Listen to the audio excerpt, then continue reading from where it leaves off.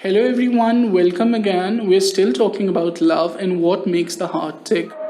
I'm sure you're very excited to know how the embryological origins of the heart take place.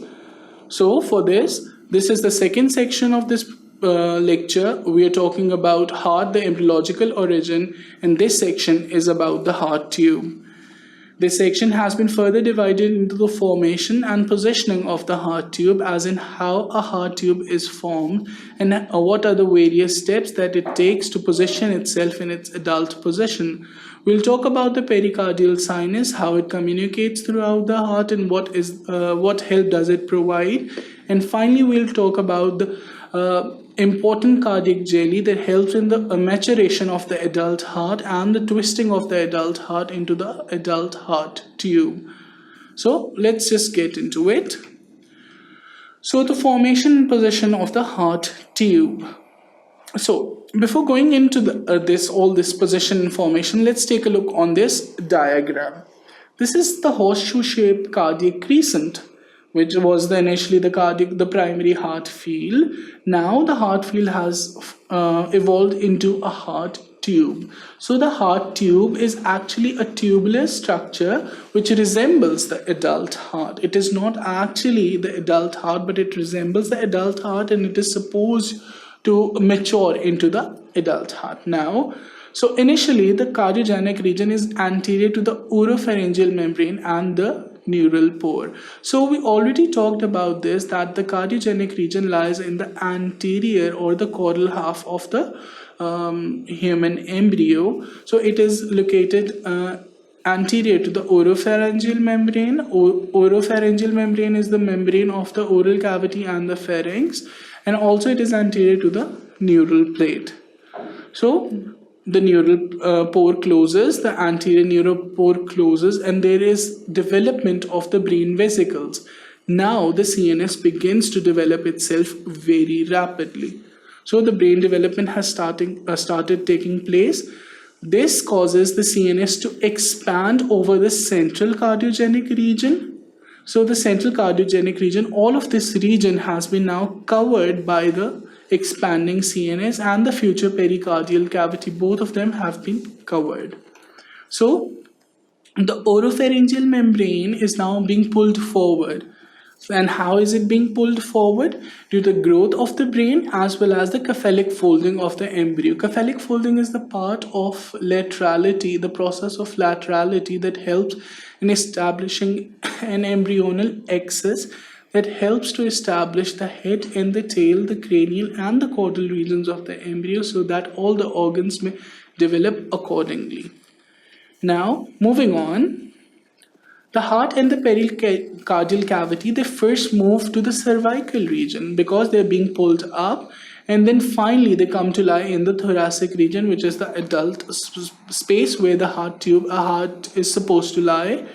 Now, with growth, the embryo bends cephalocaudal and lateral. So cephalic and caudal bending. So this would be the cephalic and caudal bending if there was a simple structure like this, and if it starts to bend like this would be a cephalocaudal bending. And finally, it also tends to bend from the lateral side. This causes the caudal region of the heart to merge. So here in the figure you can see the caudal regions of the heart. These are the caudal regions. Now the caudal regions of the heart tend to merge with each other except for the caudal most region. These are the caudal most regions. They do not merge. However, the caudal regions of the heart merge with each other. Now the central parts of the tube expand. This is the central part.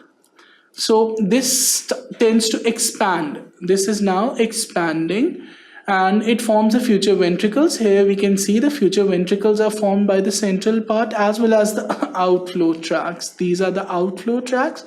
These are being formed by this. Now, a continuous tube has been formed. Here you can see the tube is continuous with each other. There are no breaks within the tube. The tube lies continuous from one end to another. It is lined internally by the endothelium. So endothelium is a thin singular layer of squamous cells that lies the inner of the this heart tube, and the outer side is lined by the myocardial cells. Now, let's talk about the pericardial sinus. So, heart is being hung within the pericardial cavity by the dorsal mesentery of the heart. What is a mesentery? Mesentery is a fold of a mesothelial, an endothelial fold, which doubles upon itself and helps to carry the blood vessels, the lymphatics, the nerves to a specific organ. So the dorsal mesentery is also hanging the heart from the body, and it carries in itself all the vessels, the lymphatics, and the nerves. So what happens is, the developing heart, initially it was a heart tube, and now it is developing, it is enlarging in its size, and it's bulging within the pericardial cavity. This bulge causes this bulge presses upon the dorsal mesentery, and as a result, the central portion of the dorsal mesentery is obliterates, or it disappears.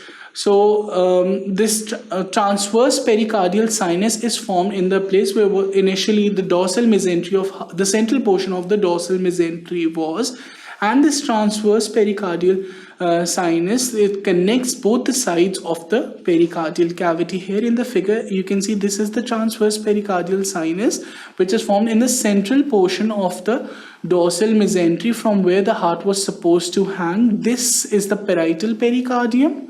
This is the visceral pericardium, this is the pericardial cavity, and here it was the dorsal mesentery which was hanging the heart from the body cavity. But now the central portion has been obliterated, and a transverse pericardial sinus has been formed that connects both the parts of the pericardial cavity. So now let's talk about the cardiac jelly. So what is cardiac jelly? Things to be kept in mind before getting into this slide is, cardiac jelly is secreted by the myoblasts. Myoblasts are the muscle forming cell. The cardiac myocytes, or the myoblasts, lie in the central layer, the middle layer of the heart, the developing heart. This layer is known as the myocardium. So these are actually extracellular matrix rich areas that are produced that contain a lot of hyaluronic acid. They help in the maturation of the heart, and also they help in the looping of the heart tube, which is bound to happen after this. Developmentally, it is bound to happen in a day or so. So now the myocardium, which was the second layer of the heart, now it thickens and it releases a layer of the extracellular matrix. As we talked about earlier, this is extracellular matrix, which is rich in the hyaluronic acid. So this in brown, you can see this is the extracellular matrix, which is being released by the cardiac myoblast, and this extracellular matrix is rich in hyaluronic acid. It separates the myocardium from the endothelium. So it is secreted towards the inside of the tube, not towards the outside, towards the endothelial end of the tube. Hence, it separates the cardiac myoblast from the endothelium, which lines the lumen.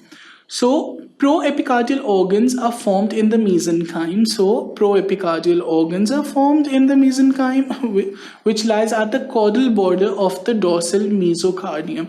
So what was the dorsal mesocardium? Dorsal mesocardium was the mesocardium in which the transverse pericardial sinus was formed. It was a layer of mesentery that was hanging the heart from the body, and proepicardial organs are formed in the mesenchyme, which lies at the caudal border. Cranial caudal, I hope you remember that cranial is towards the head, caudal is away from the head.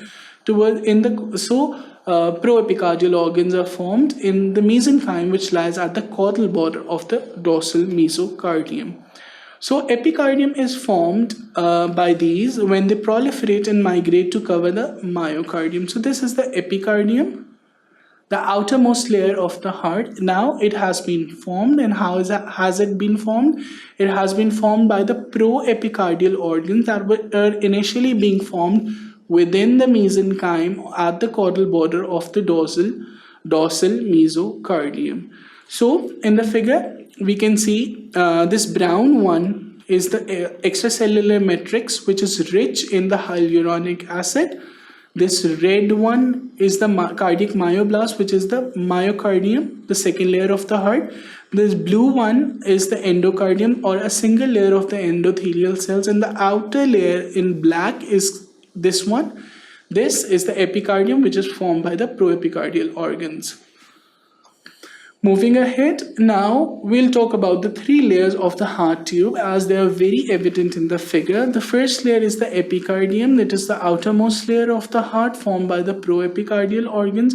The middle layer is the myocardium. This one is red. It is composed of the cardiac myocytes, and the inner layer is the endocardium, which is a singular layer that lines the inside of the lumen. This is the lumen. This one in brown is the extracellular matrix, which is rich in hyaluronic acid and is known as cardiac jelly.